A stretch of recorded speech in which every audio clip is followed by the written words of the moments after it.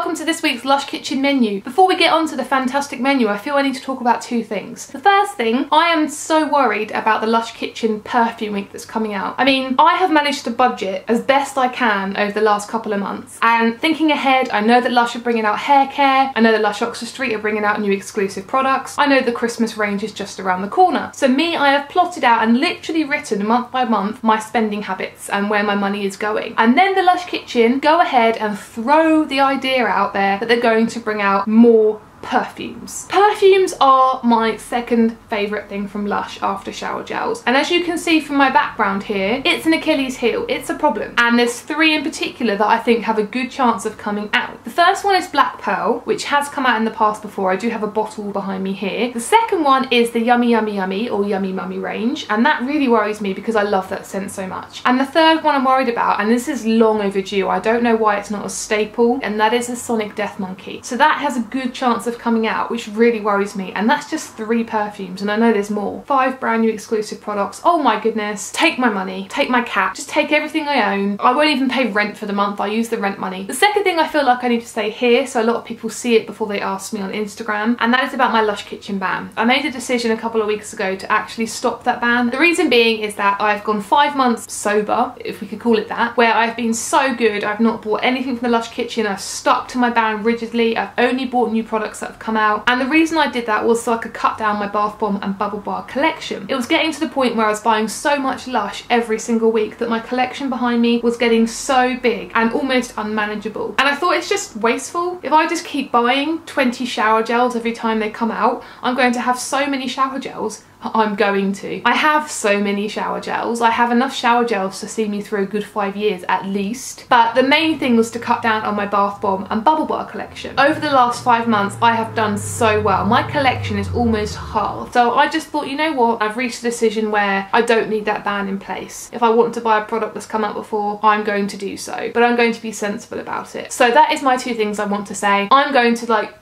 Now, let's get on to this week's Lush Kitchen menu. So the first product coming out on Monday is one of my favourites, Lush Lime Shower Smoothie.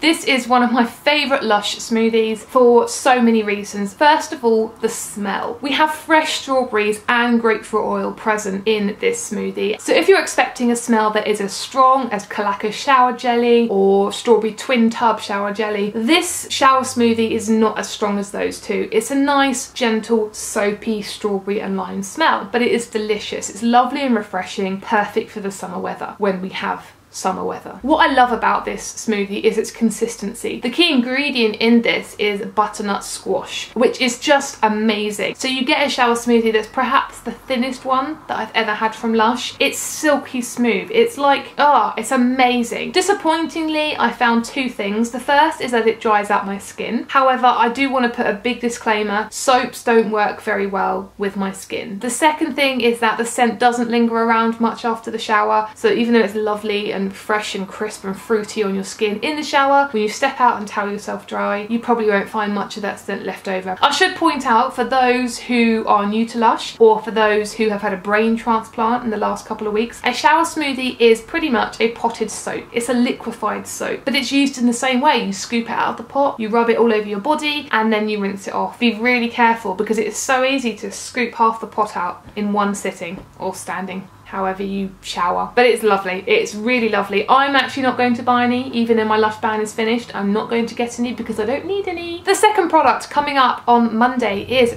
Freeze Shower Gel.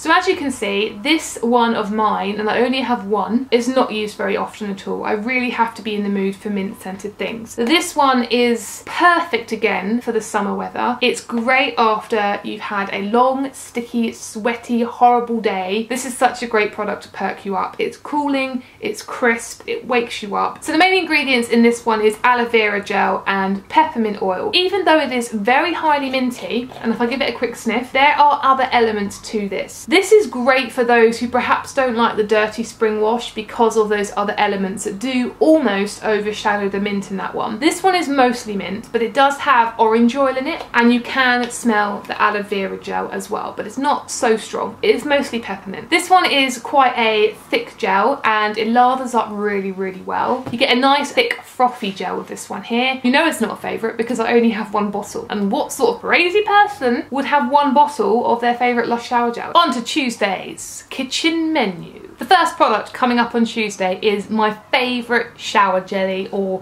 one of two favourite shower jellies of mine, and that is the iced wine shower jelly. If I didn't already have two of these and 2 million shower jellies up there, as you can sort of see, I would probably buy a couple of these, but as it is, I'm going to leave them for you guys. This is just amazing. I love it so much. If you like fruity smells, this is beautiful. So one of the main ingredients of this is fresh grape infusion, and what you get with that is just a sort of crisp white grape smell, but it's sort of sour as well. It's absolutely out of this world. There's iced wine in here, bergamot in here, grapefruit oil I believe in here, yep, beetroot oil in here. This is beautiful and the perfect summer shower jelly. It's so tart and fresh and beautiful. I'll get it out for you. I regret this. This is what it looks like. And I absolutely love it. It's so sweet, fruity, beautiful. If you're umming and ahhing, I say get it. Along with Big Calm, it is my favourite shower jelly. Also coming up on Tuesday is the Phuket Bath Bomb. Now I feel we need to practice this because I know new Lush fans, when they see the title of this bath bomb, there's one thing that goes straight into their little heads and it's not acceptable. It is pronounced Phuket. And it is an absolutely beautiful bath bomb. I have one remaining one here. It is a bath bomb packed full of desiccated coconut, and if you're a fan of Big Calm shower jelly, it'll be right up your alley. It is very tropical coconut beautifulness. To look at, it's quite a boring bath bomb. It doesn't do a lot in the bath, it turns it orange, but there's nothing inside of here that's going to spring out at you and surprise you colour-wise. But there is little chunks of coconut throughout, and they do come out and float on the surface of the bathtub as you're bathing. These just sit nicely, there's not a lot of them, and they just soften the water even more. So what makes this scent is a mixture of creamed coconut, vetiver oil, and sweet orange oil. It doesn't smell like yuzu and cocoa. It smells very, very similar to Big Calm. It's just a lovely warming coconut smell, but it's got a sort of, I wouldn't say woody smell, warming smell, if that makes any sense. This was originally released in aid of the tsunami relief back in 2004, and it has made another appearance in the kitchen, or I think a couple of appearances now in the kitchen, but it's not one that comes up very often. It is a nice product. The desiccated coconut does make it quite a softening bath experience. It does smell in the bath, you can smell it. The smell does stay on your skin for a short while underneath, but it's a very mild, subtle smell. But it is a lovely product and one that you should try out. On to Wednesday, and the first product coming out on Wednesday I'm so excited about. It's called Ching Bath Bomb.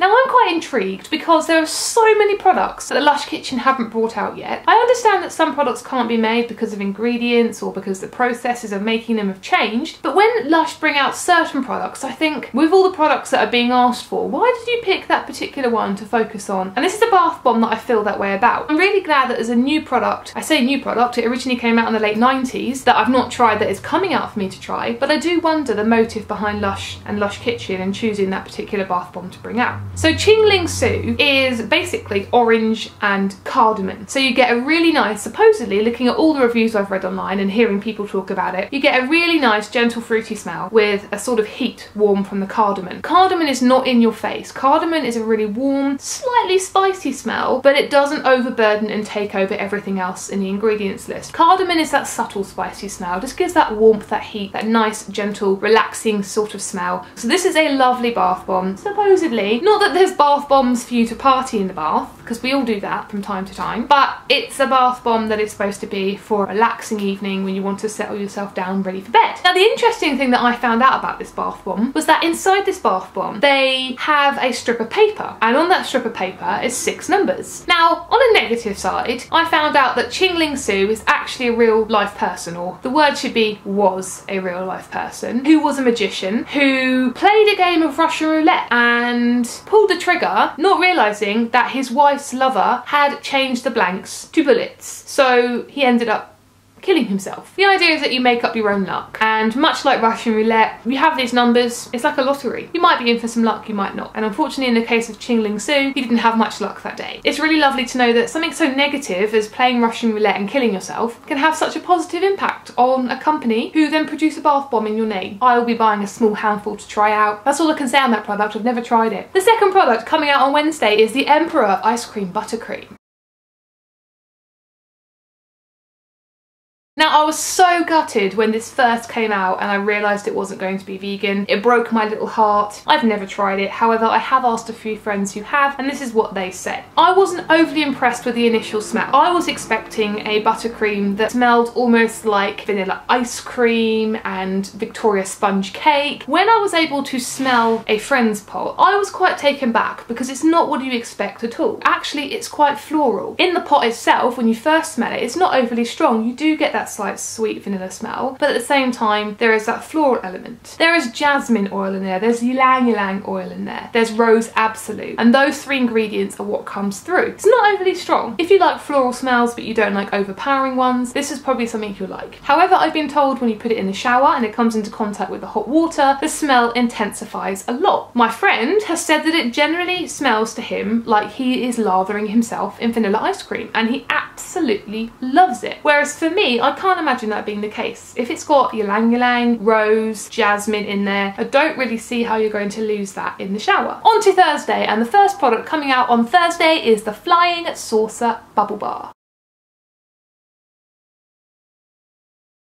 So it does share its scent with the Flying Saucer's shower gel, bubble bath and all that jazz. I was really confused when this product first came out because I'm normally quite good at working out whether things are vegan or not. This is a product, when it first came out, there was absolutely nothing in the ingredients list that I could work out that would make it non-vegan. So I bought a couple. This bubble bar is one of the most boring looking ones. Just plain white with a sticky little deposit on top, which sounds absolutely foul when I say it out loud. And that sticky deposit, I think, is honey. So I'd actually removed that and I used the bubble bar itself, but I'm still not 100% sure. Now the idea behind the name Flying Saucer is nothing to do with alien invasions. Actually, it's to do with you being really tranquil and relaxed and calming. And the ingredients in there are supposed to do that, to soothe and relax and calm you down and not want you to go around flinging plates everywhere, flinging saucers, hence the Flying Saucer's name. So the key ingredients in this are ylang ylang, Palmer rosa oil and vetiver oil. And it's a really strange smell. It's not one I was particularly keen on. I described it in my blog, and I stand by this, as being sort of similar to something called sarsaparilla sweets. I don't know if anyone remembers them. They were the sweet that nobody liked. Only the weirdo liked these sweets. They were little black things that you used to get in the old-fashioned sweet shops, and they tasted of a grassy, licoricey sort of taste. But they reminded me of that, like a weird, bitter, licoricey smell, but not a strong licoricey smell. Nothing at all like Bar Humbug that came out last year, or Bertie soap, not that sort of licorice. It's not really licorice. I might as well just give you a riddle because it would probably make more sense than what I'm saying now. But it reminded me of a grassy, earthy sort of weird smell that had undertones of licorice. That's the best I can describe it. Now, on the positive side, it did actually calm me. The smell was very relaxing, very soothing, and strangely, I did notice a difference in my mood after I'd used it. The actual bubble bar itself, in terms of colour and performance, doesn't turn the water any colour whatsoever. It's a very plain, very boring looking bubble bar, but it does produce quite a number of bubbles. I didn't find it overly softening. I would say it probably works better as part of a cocktail. It's really not one that I'd want to invest in again. The second product coming out on Thursday, complete opposite, is called Fox in the Flowers Bath Bomb.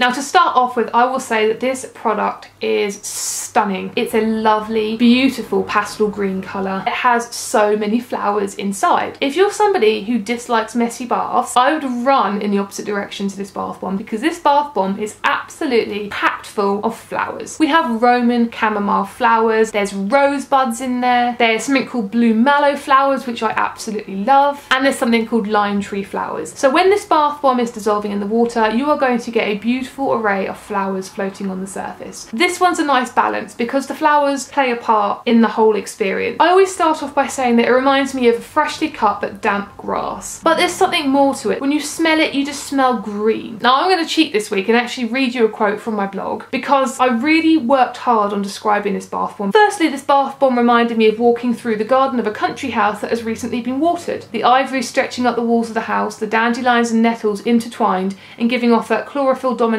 smell you get with leaves. The dry twigs of deceased plants offering a gentle, wet, woody aroma underneath everything. That is the best way of describing it. It is like being in the countryside when it's just finished raining and you get so many smells coming at you. It leaves you refreshed. This is just nice. This is not overly strong. I highly recommend that you get some. First up on Friday is something called Business Time Massage Bar.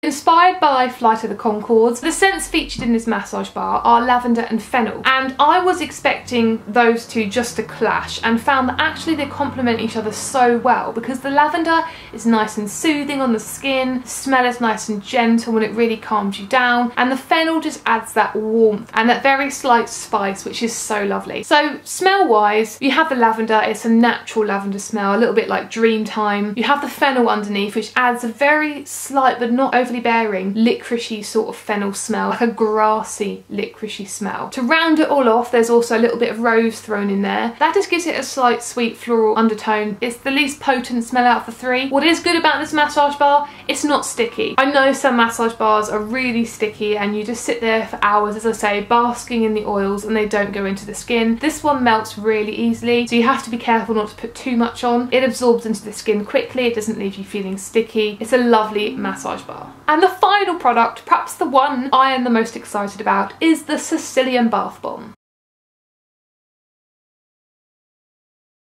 Now, along with a bath bomb called Calavera, which shares its scent with Calacas, I have been waiting for the Sicilian for so long. It is beautiful, orangey, tangerine loveliness. It just smells like freshly squeezed oranges. It just sounds absolutely incredible. It's a really strong bath bomb, and the most amazing thing is that there's little bits of pulp of orange throughout, and in the very centre, actually a slice of orange. It's just something I want to buy a million of. I won't buy a million of them. I'm going to stop at 5. If the summer actually appears, it is going to be a bath bomb you want to have in your life. I'll rephrase that. You don't want to get this bath bomb. I'm just thinking about myself here. I need to make sure I get some. I've never tried it before, but I'm raving about it. I really can't imagine it being terrible. It's packed full of orange juice. It's packed full of orange absolute. It has pulp in it. It has physical, actual slices of orange in the middle. It's going to radiate your skin. It's going to bring back that colour. It's going to add that gorgeous vitamin C that you might need. There we have it. There is my Lush Kitchen menu for the week. Top 3 products: the Sicilian Bath Bomb, Ching, Ling,